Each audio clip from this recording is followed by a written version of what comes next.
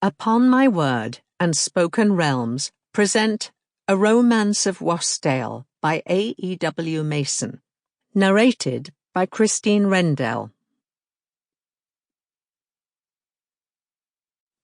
Chapter 1.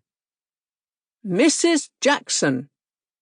Mrs. Jackson was feeding her ducks at the beck behind the house. But the kitchen door stood open, and she not only heard her name, but recognized the voice which shouted it. "It's Mr. Gordon," she said to the servant who was with her, and she bustled through the kitchen into the parlour, drying her hands with her apron as she went. David Gordon stood by the window, looking dreamily out across the fields. He turned as she entered the room and shook hands with her.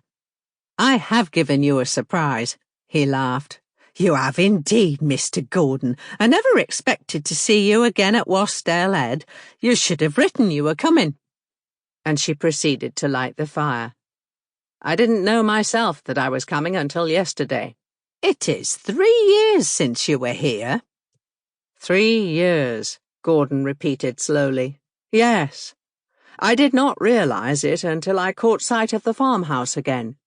"You'll be wanting breakfast." "The sooner the better. I have walked from Boot." "Already?" "It didn't seem really far." And a smile broke over his face as he added, "I heard my marriage bells ringing all the way across Burnmore." Mrs. Jackson retired to the kitchen to prepare breakfast and to ponder over his remark. The result of her reflections was shown in the unusual strength of the tea and in an extra thickness of butter on the toast. She decked the table with an assortment of jams and carefully closed the door which opened into the lane, although the April sunlight was pouring through it in a warm flood. It seemed as if Gordon had gained an additional value, and herself an additional responsibility.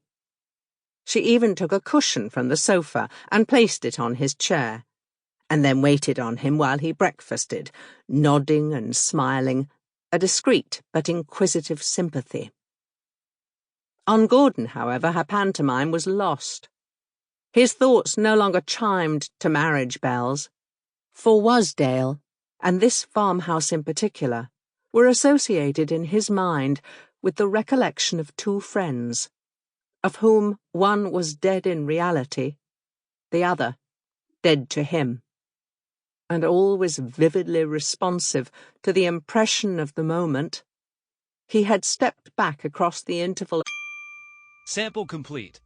Ready to continue?